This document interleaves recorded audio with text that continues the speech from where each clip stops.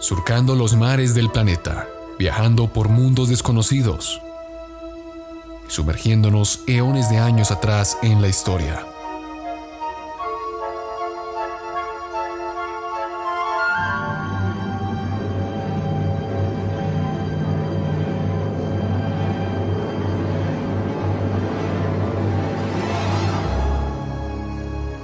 Bienvenido, estás a bordo del Nostromo.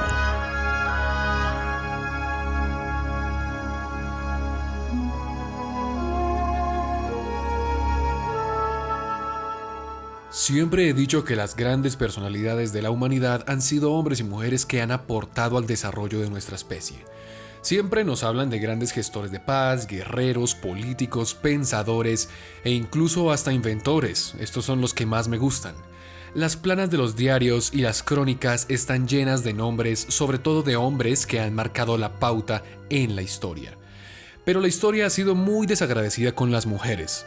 Convengamos en que esto no es culpa de los historiadores actuales como tal. Recordemos que el papel de la mujer en el mundo empieza a cambiar con el movimiento sufragista a inicios del siglo pasado.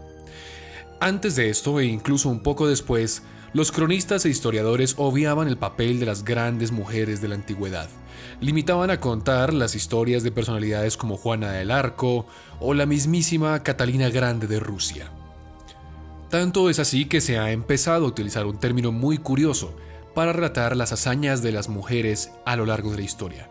El término her story, contrario a history, que viene por supuesto de la palabra en inglés her, que significa ella, cuenta la historia desde el punto de vista de la mujer. Porque vaya que las mujeres han hecho cosas sumamente importantes en la historia.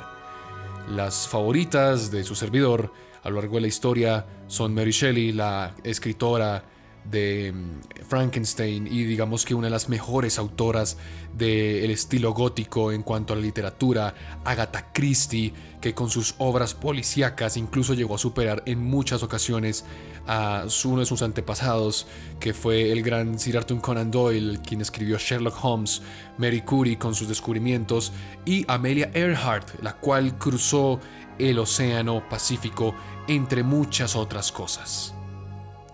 Sin embargo, hoy quiero hablar de una mujer que no fue propiamente reconocida sino hasta hace relativamente muy poco, y que lastimosamente a sus 101 años nos dejó este pasado 24 de febrero de 2020.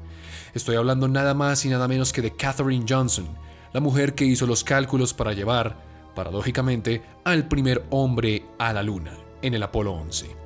Johnson fue uno de los primeros estudiantes afroamericanos de graduarse de la Universidad de West Virginia. Estamos hablando de una época en la que las leyes, como la Jim Crow en Estados Unidos, buscaban perpetuar la segregación entre blancos y negros. Y además, Katherine era mujer, por lo tanto, digamos, era mucho más segregada. Años más tarde se convirtió en unas mujeres afroamericanas que formaban parte de un equipo en el Centro de Investigación Langley para calcular la trayectoria de los lanzamientos espaciales. Hay que recalcar que estos cálculos hoy los hacen solamente ordenadores muy avanzados. Eso le da cierto mérito a todas estas mujeres que participaron en este proyecto, incluyendo a Katherine. Y fue así como ella fue el artífice de llevar por medio de sus cálculos a Buzz Aldrin, Michael Collins y Neil Armstrong a pisar la Luna en 1969.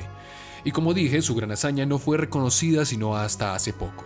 En 2015, el entonces presidente de los Estados Unidos, Barack Obama, le entregó la Medalla Presidencial de la Libertad, porque en aquella época ser mujer y ser afroamericana era algo muy complicado, y aún así, a pesar de todas estas vicisitudes, ella lo logró.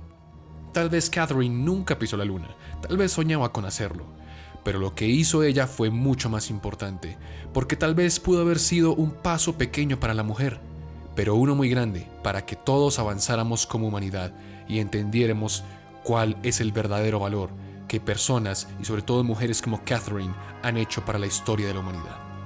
Saludos tripulantes, bienvenidos a bordo del Nostromo. Yo soy Juan Manuel Correa, periodista y aficionado a la historia, que los llevará en un viaje a través del tiempo y el espacio en búsqueda de las historias más interesantes, más curiosas, más intrigantes que la historia de la humanidad nos tiene para ofrecer. Comencemos.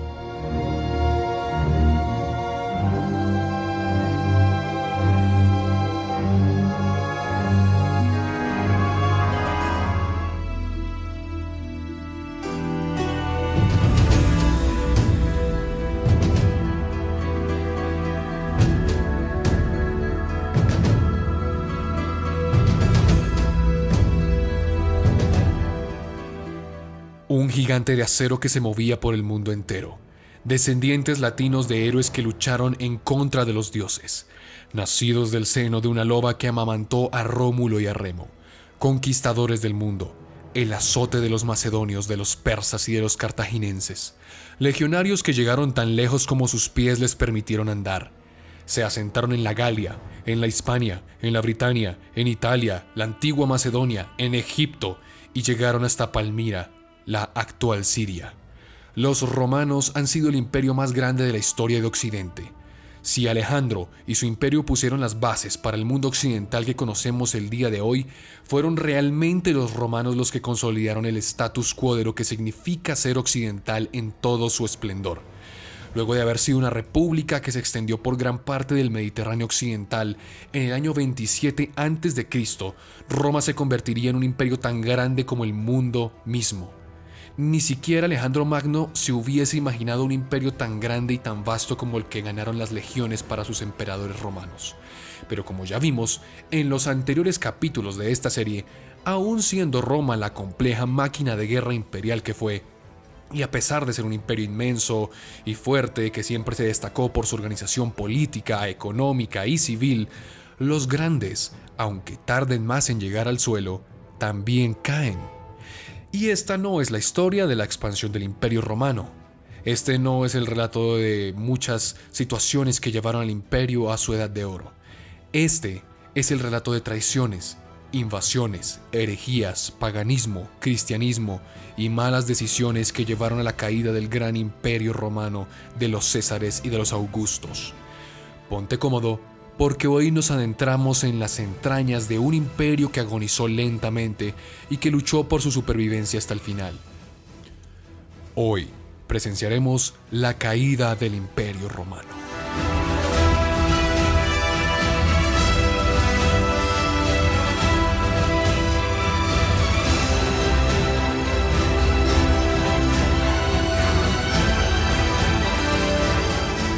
Encontrar una sola causa que haya sido la perdición de Roma es imposible.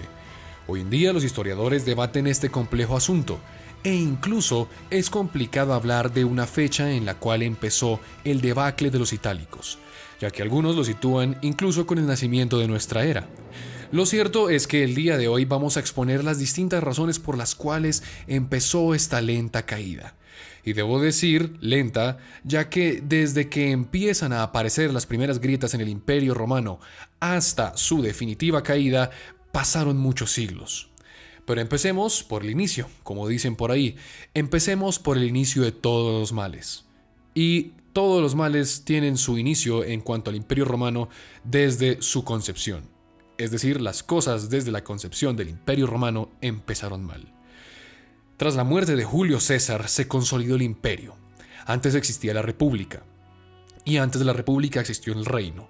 Pero nos vamos a concentrar en el imperio, que empieza tras la muerte de Julio César en el año 27 antes de Cristo. Y una vez fue asesinado, quien recibió el título de emperador fue el heredero de Julio César, Octavio Augusto. El Senado lo elegiría como el primer emperador de Roma en el año 27 antes de Cristo.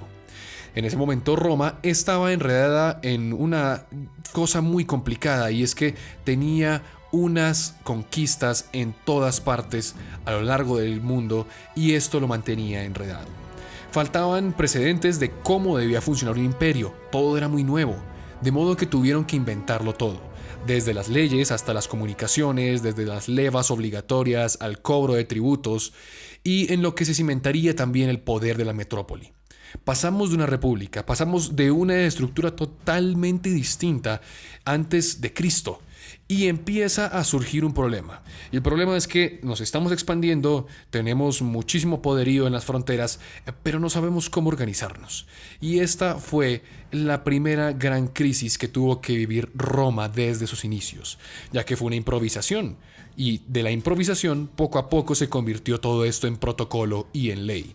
Había cosas que los romanos ocupantes podían hacer y otras que no, pero no era muy claro. Y este primer caos de la institucionalidad romana es el que le da el punto de partida, tal vez no a su caída, pero es el punto de partida para una crisis. y ese era el difuso límite de seguridad en el que se movían los sometidos al imperio. La libertad y la vida dependían de la autoridad romana de turno. La actividad de los legados, pretores, gobernadores y cónsules consistía en encontrar rápidamente los medios para enriquecerse personalmente y regresar a Roma lo antes posible, laureados por sus victorias y por las celebraciones que tenían con su botín. Y esta actitud de avidez existió en todas las épocas de la humanidad, pero aquí se manifestó en diferentes maneras en Roma. Mientras que la codicia de algunos enviados imperiales supuso la muerte miserable de miles de conquistados, otros procuraban actuar discretamente y atenerse a voluntades con medidas más suaves en apariencia, pero que también eran muy rapaces. Esta codicia y estas ganas de los romanos de hacer la vida fácil, de ganar fama y fortuna rápidamente, es lo que va a marcar algo muy distinto en el imperio, y es un punto de partida para que se empiece a pensar de manera diferente en el mundo romano. Entonces, el primer César, el primer emperador, Octavio Augusto, del que habíamos hablado, muere a los 76 años de forma natural en una cama, al lado de sus hijos, después de casi 8 lustros en los cuales reinó. Y sus últimas palabras fueron para su sucesor y su hijo adoptivo, Tiberio, a quien le encargó explícitamente, ojo con esto, que no ampliase más las fronteras imperiales. Él sabía por experiencia que los beneficios inmediatos de las nuevas conquistas y la euforia que producían terminaban pagados por Roma y por la usura de sus gobernantes. La magnitud del imperio comprometía su existencia, y esto es algo que aprendió Alejandro, no propiamente Alejandro, sino los descendientes de Alejandro cuando hablábamos del imperio macedonio, y es que cuando hay un imperio que es muy grande, es muy difícil de abarcar. Como dicen por ahí, el que mucho abarca, poco aprieta. Y el problema de fondo que se les plantea era el equilibrio entre fuerza y territorio, como les decía, apretar o abarcar. Las fronteras eran demasiado extensas e inabarcables, y de cualquier parte de ellas o incluso del interior del territorio, que llegó a extenderse desde lo que conocemos hoy como Portugal hasta Babilonia, podía brotar la llama de la rebelión, lo que requería movimientos de tropas y gastos militares, pero en un imperio tan grande era muy difícil. Y lo más temido por los estrategas romanos eran los ataques combinados en la frontera, cuando la presión de los germanos se produciría a la vez que la de los persas, los britanos y los sirios.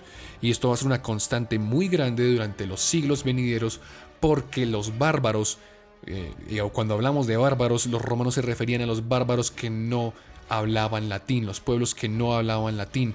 Acabo de mencionar algunos: los persas, los britanios, los sirios, los germanos, los godos, los visigodos e incluso los hunos, que después los atacarían. Entonces, para que se haga una idea, el dolor de cabeza tan grande que tenían, que suponía mantener tanto territorio de tantas amenazas que incluso también venían desde adentro. Pero bueno, eso todavía no pasa, eso todavía no. Simplemente estamos planteando el problema que se vendría después. ¿Por qué? Por la cantidad de territorio y la cantidad de fronteras, la extensión de fronteras tan grandes que tenían. Pero entonces pasaron muchos años y a Tiberio le siguieron figuras como el famoso Calígula, el cual es famoso también o célebre mejor dicho, por su locura, por sus decisiones raras. Hay quienes dicen incluso que Calígula nombró senador a su caballo. Pero bueno, eso es historia para otro momento. También le siguieron Claudio, Nerón y muchos otros emperadores, y todos estos aparecían o hacían parte de la dinastía imperial de los Julios. Luego le seguirían los Flavios, que reinarían hasta el año 96 de nuestra era. Luego vendría una seguidilla de emperadores que no estuvieron mucho en el poder, e incluso algunos fueron asesinados. La dinastía de los Severos llegaría para quedarse hasta el año 235, pero fue un desastre total. Ya le voy a explicar por qué, ya que esta línea de emperadores sería muy efímera. Con un total de 10 césares que reinaron cada uno 4 años, la gran mayoría o fueron asesinados en traiciones o fueron ejecutados por las legiones romanas. Porque si algo tiene que entender usted de los romanos y de por qué fracasó como tal, es que, al igual que hoy en día, el ejército, las legiones, eran los que mandaban la parada. Pongamos un ejemplo. Hoy hablemos sobre Nicolás Maduro. Lo que mantiene hoy en día a Nicolás Maduro en el poder no es que él sea un buen gobernante o la legalidad. es el ejército. Si la Guardia Nacional venezolana se le fuera en contra de él, muy seguramente tendría que abdicar. Mire lo que pasó con Evo Morales. Evo Morales estaba en la misma situación que Nicolás Maduro, pero como el ejército se le fue en contra, pues tuvo que huir. Pero bueno, esto es un ejemplo para que ustedes entiendan lo que estamos hablando. Lo mismo sucedía entonces. Las legiones quitaban y ponían emperadores a su placer. Y el Senado, que supuestamente era la estructura legal y la estructura, digamos que judicial del aparato romano, solamente se limitaba a legitimizar la posesión de cada uno de estos emperadores que ponían y quitaban las legiones. Entonces esto era un desorden. Para comprender mejor en qué se había convertido a estas alturas el imperio, detengámonos en un ejemplo, en la figura de aquellos césares de la época de los severos. Vamos a hablar de Heliogábalo, ¿sí? Ese nombre está muy difícil, Heliogábalo, pero grábeselo muy poco porque es simplemente un ejemplo para que usted sepa cómo era el desorden de aquella época. Heliogábalo fue el penúltimo de la dinastía severa. Él era un joven de 15 años a quien la ambición de su madre y su abuela convirtió en un estandarte con el que arrasaría, junto con el ejército, al usurpador Macrino. Cuando nos referimos a usurpador, los romanos utilizaban mucho este término para quien le quitaba el trono a un emperador. En este caso, Macrino había asesinado al emperador Carcala, ¿sí? Y las dos mujeres, digamos que la abuela y la mamá de Heliogábalo, lo forzaron a mentir ante las legiones declarando que él era el hijo bastardo de Carcala. Las legiones, sublevadas por aquel embuste, vencieron a las tropas de Macrino, lo ajusticiaron y proclamaron emperador a Heliogábalo, quien se presentó en Roma repartiendo oro, plata, comida y animales exóticos. De acuerdo con la brillante descripción del historiador Indro Montanelli, entró en la ciudad vestido con seda colorada, con los labios pintados de carmín y las pestañas teñidas con henna. Tenía un collar de perlas, un brazalete de esmeraldas en las muñecas, en los tobillos y una corona de brillantes perlas en su cabeza. Pero lo que nos dice Montanelli es que el pueblo no lo aclamó igualmente, ya que le escandalizaba lo que él hacía, ¿sí? Todo esto que él hacía, al pueblo también le molestaba en cierta manera, todos estos excesos que van a ser muy comunes en la vida de los césares. Entonces, durante 4 años, el jovenzuelo Heliogábalo, convertido en el amo del mundo y pues que también era instrumento de su abuela, vivió en medio de la promiscuidad y el derroche, rodeado de ondulantes éfebos, se casó 5 veces y trató de cambiar a los dioses romanos suplantándolos, por ejemplo, a Júpiter por el dios Sol. Y bueno, digamos que una mezcolanza de situaciones y muchas cosas que representan muy bien lo que era el prototipo del César romano. A nuestro buen amigo Heliogábalo le encantaban las bromas pesadas. Y se contaba que en una ocasión mató a un grupo de amigos que habían disentido ligeramente de su opinión, asfixiándolos bajo una masa inmensa de rosas y violetas que hizo descargar sobre ellos por sorpresa. Todo un bromista, nuestro querido Heliogábalo. Entonces la guardia pretoriana, harta de presenciar desatinos y quizá también alentada por la abuela del joven, a quien la borrachera también la había vuelto inmanejable, se encargó de eliminarlo cuando él iba a cumplir 19 años. Entonces tenemos 2 cosas muy importantes. Uno, una figura de un César que ponemos como ejemplo a Heliogábalo, pero eso se repitió muchísimas veces a lo largo de todo el imperio, porque resulta que los césares se la pasaban despilfarrando, se la pasaban haciendo cosas que al pueblo no le gustaban y que las legiones se hartaban de ellos. Y las legiones simplemente decían, no me gusta el emperador, ¡pum!, matémoslo y pongamos el nuestro. Así funcionaban las cosas en la antigua Roma, para que se hagan una idea. Entonces, después de todo esto, después de que que la dinastía de los severos llega a su fin, sobreviene una larga noche para el imperio romano, para ser sinceros, medio siglo, del 235 al 285, un periodo que se le conoció como la anarquía militar o la crisis del siglo III. Usted métase en Google y si usted pone la crisis del siglo, automáticamente le va a aparecer la crisis del siglo III porque fue muy importante. Sí, en la crisis del siglo III sucedieron 23 césares que permanecieron vivos 2 años de por medio cada uno, ¿sí? Y de los cuales solo 4 murieron en la cama. ¿Usted sabe cuánto es eso? En todo este tiempo, 23 césares que fueron matados, asesinados, se suicidaron. Fue terrible. Sí, eso es espantoso. Y digamos que 19 de ellos fueron asesinados por los suyos y aparecieron también muertos en batalla, o también, como le comentaban, se suicidaban en última instancia. Fueron años que el imperio no desapareció por milagro, que se mantuvo simplemente porque tenían miedo a desaparecer y porque había una red de intereses económicos que se había creado a partir de una corrupción. Todo se compraba y se vendía con la mayor desfachatez, sobre todo los cargos políticos y militares. Entonces estamos hablando de una corrupción y de un desorden político tremendo. Y esta anarquía militar, los militares hacían lo que bien les parecía. Y fue tanto el descontrol que se llevó a formalizar el imperio galo y el imperio de Palmiria en Siria. Era tanto el desorden que una persona dijo: venga, yo voy a hacer un imperio en la Galia y otra en Siria. Así fue. Las sublevaciones se empezaron a dar en todo el imperio y las grietas se empezaban a notar. A todo esto hay que sumarle que por el norte entraban los llamados bárbaros, como ya les habíamos comentado, los godos, los visigodos, los germanos, y pues el imperio era tan grande que era imposible defenderse adecuadamente. Y en lugares como la antigua Mesopotamia, los habitantes se sentían desatendidos y no tenían realmente una identidad romana tan arraigada como por ejemplo lo tenían los de la Roma continental. Y a esto, o sea, a pesar de todo, mejor dicho, y a sumarle a todo esto que estaba pasando, también hay que sumarle que del año 49, del 249 al 262, se produjo la famosa peste de Cipriano. ¿Sí? No es que Cipriano la haya extendido, no. Simplemente es que fue San Cipriano, un historiador, quien la redactó e hizo una crónica acerca de ella. Y gracias a San Cipriano es que conocemos que esa pandemia existió en ese momento, ¿no? Hablando de coronavirus, miren, aquí también pasó una pandemia similar. Y esta pandemia vino desde el norte de África, desde la antigua Cartago, y azotó a todo el imperio occidental.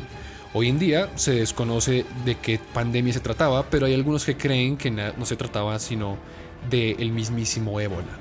Y no hay cifras de muertos y tampoco sabemos cuál fue la magnitud de la aflicción o el impacto que tuvo tan grande en el imperio. Pero lo que se sabe es que trastocó bastante el comercio, la máquina agraria, la estructura estatal y la estructura militar.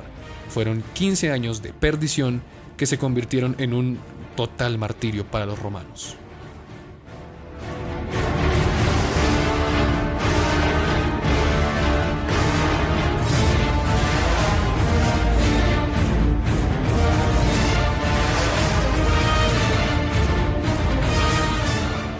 Entonces superaron la crisis del siglo III y después de todos estos años de locura en los cuales perfectamente pudo haber caído el imperio, llegó al poder quien traería la estabilidad por un tiempo a la región.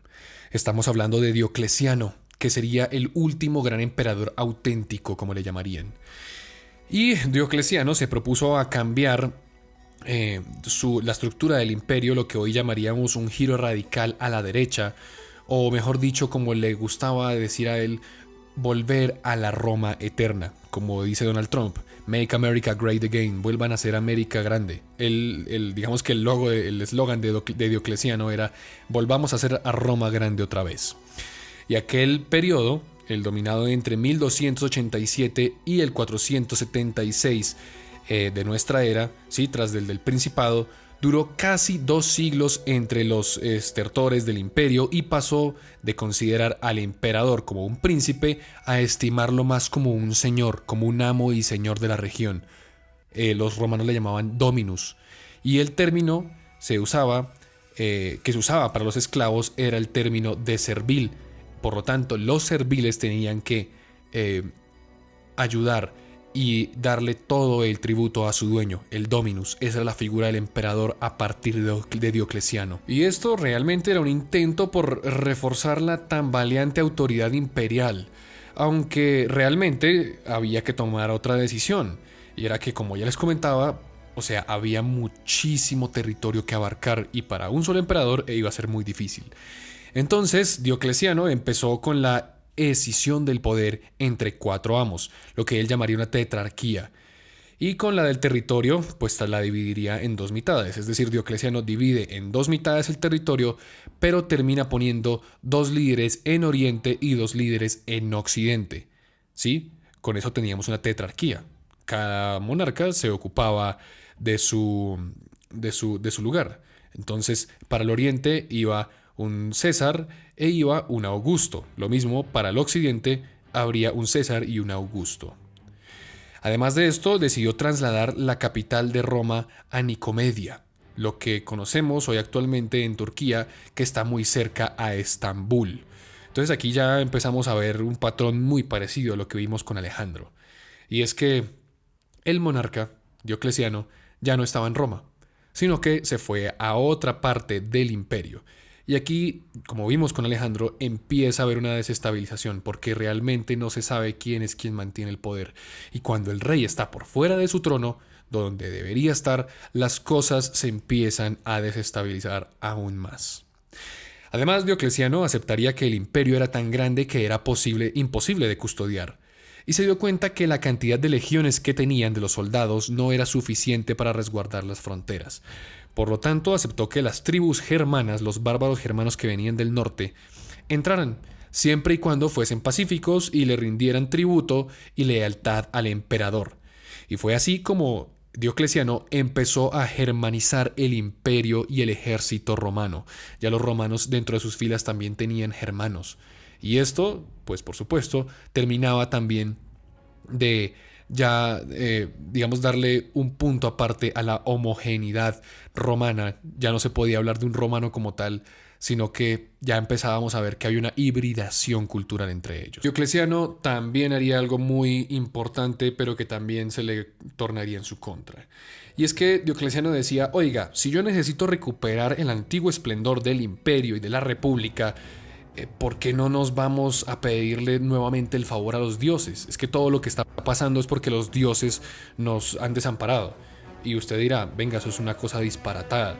Pero póngase en los zapatos de una persona de la antigüedad. Si pasaban cosas malas era porque los dioses estaban enfadados con ellos, ¿verdad? Entonces él dice, para volver al esplendor hay que restaurar a los dioses que nos habían favorecido.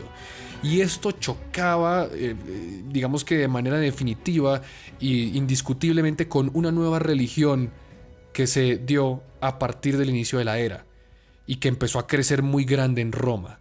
De hecho, se cree que para la época de Diocleciano, el 20% de la población era cristiana. Y es así, la religión cristiana, que había nacido incluso en el corazón del imperio con la muerte de Jesucristo, estaba chocando con estos nuevos edictos que Diocleciano estaba empezando a dar. Y fue así como se desencadenó la persecución. Y la persecución fue obviamente virulenta y sistemática, y empezó purgándolos desde el ejército. El ejército iba y buscaba a los cristianos a todas partes, y así empezaría un choque que no duró mucho tiempo, pero que sin embargo fue muy implacable en contra de los cristianos. En el 303, Diocleciano emitió 4 edictos. Por el primero, del mes de febrero, se privaba a los cristianos de sus derechos civiles. El segundo, el de abril, ordenaba encarcelar a todos los clérigos cristianos de cualquier rango. El tercero obligaba a los clérigos presos a ejecutar sacrificios ante los altares paganos bajo la pena de muerte. Y cuarto, decretaba la ejecución de cualquiera que se declarase cristiano. Y es que esto es muy difícil de entender hoy en día, pero porque bueno, hoy la cristiandad es la religión más grande que tenemos en el mundo, pero las antiguas tradiciones paganas romanas ejercían mucha presión sobre los cristianos. ¿Por qué? Por una sencilla razón, porque estas antiguas religiones paganas y tradiciones paganas de los romanos incluían sacrificios animales a sus dioses. Y los cristianos lo tenían y lo siguen teniendo hoy en día totalmente prohibido. Y esto chocaba muy, muy fuerte en contra de las convicciones que tenía el emperador y el proyecto que Diocleciano tenía para su imperio. Entonces la represión fue durísima. Pero el gran número de mártires que tenían los cristianos, porque si algo han hecho los cristianos a lo largo de la historia muy bien, como manera de publicidad, por así decirlo, es la martirización. esta martirización tuvo el efecto opuesto al deseado y reforzó la fe de los supervivientes. Es decir, el cristianismo creció a raíz de estos mártires de la iglesia cristiana primitiva. Y el cristianismo, que tenía la misma edad que el Imperio Romano y que se había desarrollado con él a pesar de muchas cosas, los ciudadanos seguían detestando también a los antiguos, digamos que a esos nuevos fanáticos que se estaban presentando en la cristiandad. Entonces el imperio, que permitía todos los cultos cuyos fieles adoraran a los dioses respetados por Roma, eran salvos, digamos que no tenían ningún problema. Pero el problema es que los cristianos, y lo siguen siendo, son monoteístas y no admiten a ningún dios más que Jesús. Y aunque se les consideraba buenos ciudadanos a los cristianos y respetuosos con las leyes, y también gente que pagaba muy bien sus impuestos y a tiempo, eran profundamente sectarios y habían organizado una sociedad aparte y oculta del seno de la antigua Roma.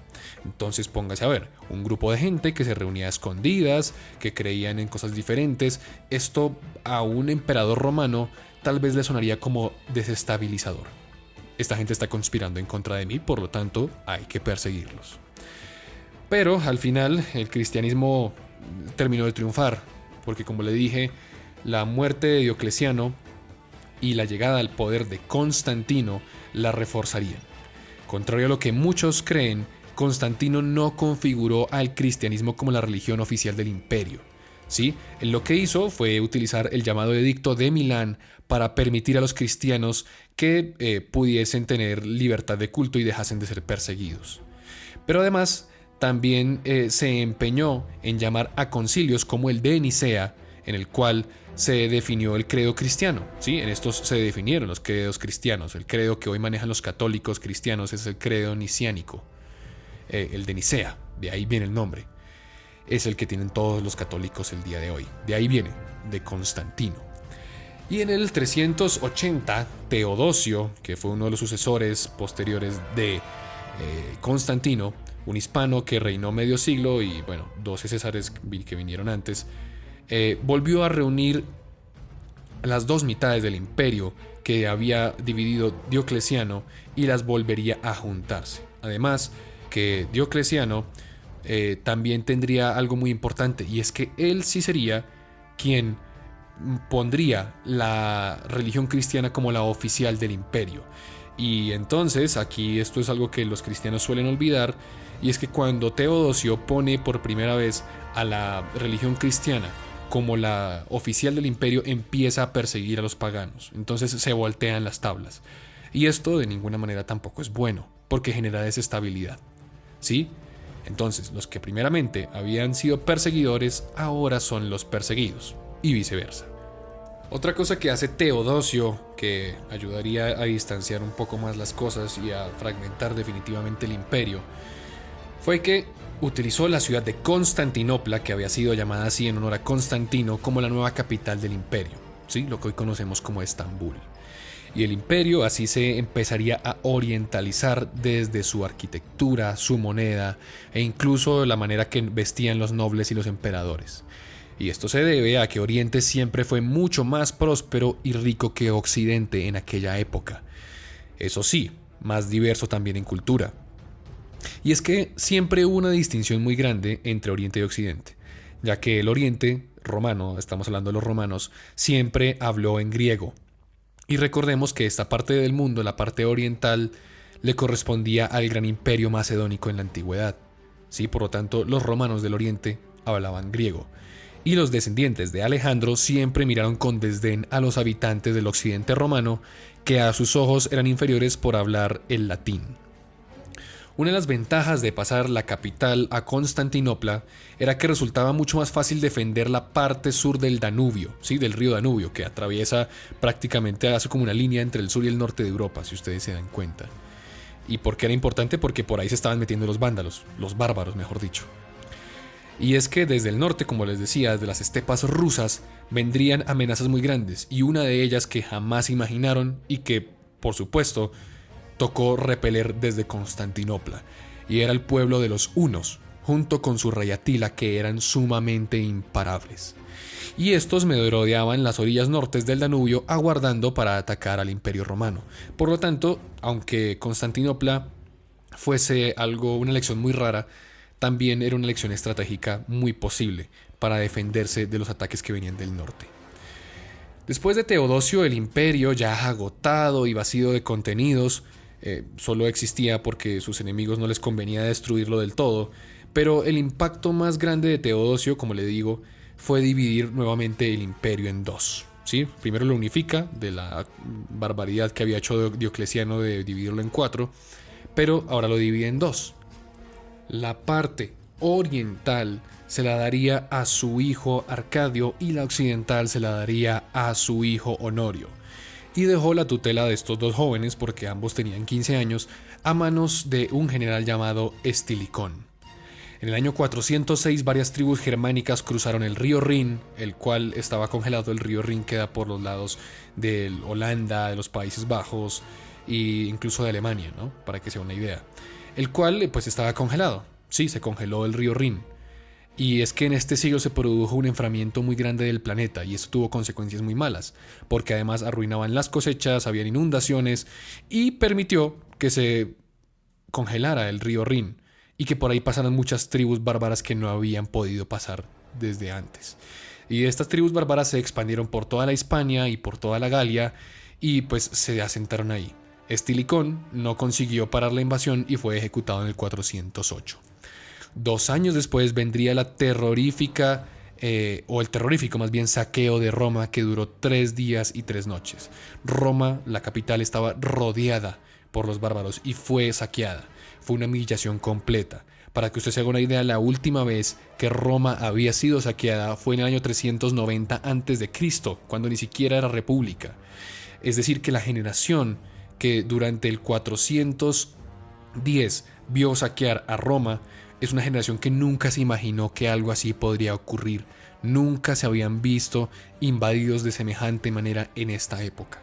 Y es que los bárbaros tenían todo, tenían la Hispania, la Galia, la Germania, la Britania, tenían todo lo que había sido el Imperio Romano se había quedado en manos de los bárbaros. Y los bárbaros iban y mataban a todo el que estuviese por ahí. Pues ya el Imperio Romano, como usted se dio cuenta, sobre todo el occidental, ya no era ni una sombra de lo que fue en su máximo esplendor. Pero aún así todavía no caería el imperio. Los siguientes años fueron un desastre en los cuales hubo 17 césares. Algunos de ellos eran bárbaros o impuestos por los bárbaros, es decir que ya el emperador que estaba al mando de Roma ya ni siquiera era romano, era gente que ponían los bárbaros o eran bárbaros de lleno, por así decirlo.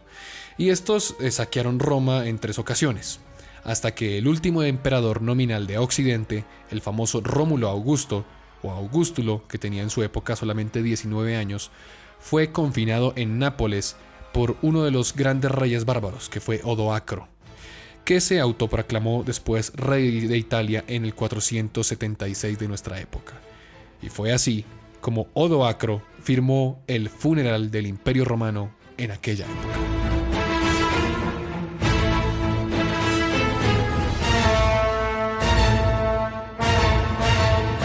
La caída del Imperio Romano empieza a darle paso a la transición a la Edad Media. Pero esa es otra historia que trataremos en otro momento, por supuesto. Hoy en día los historiadores empiezan a preguntarse qué fue lo que realmente pasó con el Imperio Romano. De hecho, es algo que se empiezan a preguntar gente del Renacimiento. Como le digo, cae el Imperio Romano y lo que automáticamente le sigue es la Edad Media. Y en esos casi 1000 años de oscuridad, nadie se pregunta por qué cayó el Imperio Romano, qué fue lo que sucedió y cómo es que un proyecto tan grande falló y fue condenado a la miseria. Solamente sería hasta el Renacimiento donde se empezarían a hacer esas preguntas. ¿Qué fue lo que sucedió con el esplendor de Roma? ¿Qué fue lo que sucedió y por qué razones? Y cómo no podemos repetir esas mismas situaciones para que no caigamos en lo mismo, por así decirlo. Entonces, los historiadores siempre se han preguntado por qué cayó el Imperio Romano. Yo aquí tengo algunas, digamos que causas que hasta de pronto pueden describir mejor la situación de lo que era el Imperio Romano. Uno fue la decadencia de la moralidad romana. Vimos que los emperadores pasaron de ser reyes a dirigentes sabios a personas que despilfarraban y simplemente no se interesaban por el pueblo. ¿Sí? Además, la corrupción sistemática y la típica intención de los políticos y de los grandes aristócratas de preocuparse más por sus intereses personales que por los del Estado también fue algo muy importante que resquebrajó a Roma. La economía además solo se mantenía con nuevas conquistas, y como ya no habían bastantes conquistas, como ya no se seguía expandiendo el imperio, entonces la economía empezó a bajar. Había una presión continua en las fronteras, como ya lo vimos. Era demasiado espacio y estaba condenado a fracasar. Además, se presentaba la inflación, y es que cuando uno está en guerra y permanece en guerra tanto tiempo contra tantos distintos frentes, pues esto supone un gasto muy grande, y esto tenía que salir incluso desde las arcas del emperador. Y lo que hacía el emperador era depreciar la moneda, por lo tanto, había una inflación muy grande. Y son numerosos los factores que concluyeron, ya lo dijimos. Ya no podría sostener una parte del imperio occidental, y las guerras afectaron el comercio, y eso también colapsó la vida cotidiana diaria. Y tan pronto como el imperio se dividió, pues todo se perdió. Los bárbaros se convirtieron al cristianismo e incluso aprendieron latín. Por eso es que después hablamos de la Edad Media. Y de Roma, nuestra sociedad occidental sacaría muchas cosas, heredaría la estructura política de los estados. Hoy por hoy el derecho y las leyes de los distintos países se basan en el famoso derecho romano. Los procesos económicos, comerciales y legales, todo eso lo hemos heredado de Roma. E incluso el mismísimo acueducto, el cual fue clave para el desarrollo de la vida antigüedad, lo tenemos todavía hoy. Incluso el hormigón romano, el cual utilizamos hoy en muchas de nuestras construcciones. Lo cierto es que Roma fue víctima de una enfermedad parecida a la que sufrieron los macedonios. El que mucho abarca poco aprieta. Y el esplendor de Roma quedaría relegado simplemente a una lucha por sobrevivir, porque la identidad de Roma no se perdiera. A eso fue que se disminuyó el imperio romano. En el próximo episodio iremos a las estepas de Asia Central, nos trasladaremos al frío invierno, y hablaremos de un imperio que a caballo conquistó todo lo que se propuso. Acompáñanos en la próxima oportunidad para hablar de uno de los hombres más terribles que ha dado la historia de la humanidad, y de cómo su sueño expansionista se fue decayendo poco a poco.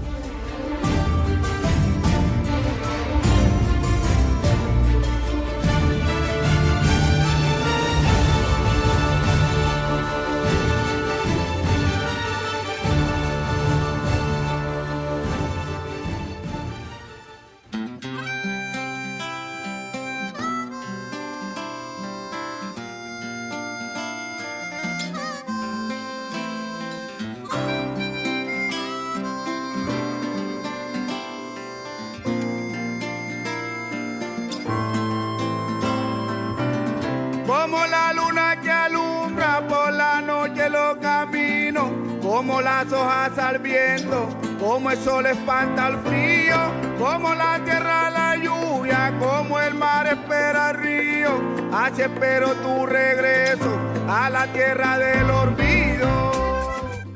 Y así llegamos al final de nuestro programa del día de hoy, un poco más corto de que de costumbre porque queremos reestructurar algunas cuestiones sobre el desarrollo del podcast y de sus episodios. Queremos hacer una prueba de cómo es recibido el podcast del día de hoy. El próximo volverá a ser normal, yo se los prometo, pero por ahora estamos viendo cómo funciona esta nueva reestructuración. Recuerden que pueden interactuar con nosotros a través de Facebook e Instagram. Abrimos nuestras redes sociales para que no se pierdan ningún programa de este podcast. En Instagram estamos como @nostromocast y en Facebook estamos como A Bordo del Nostromo. Denle like y compartan, comenten qué les ha parecido y nos encontramos la próxima semana en este mismo lugar. Aquí, a bordo. Yo te doy, oye, mi corazón. Por ahí, listo todo. Oye,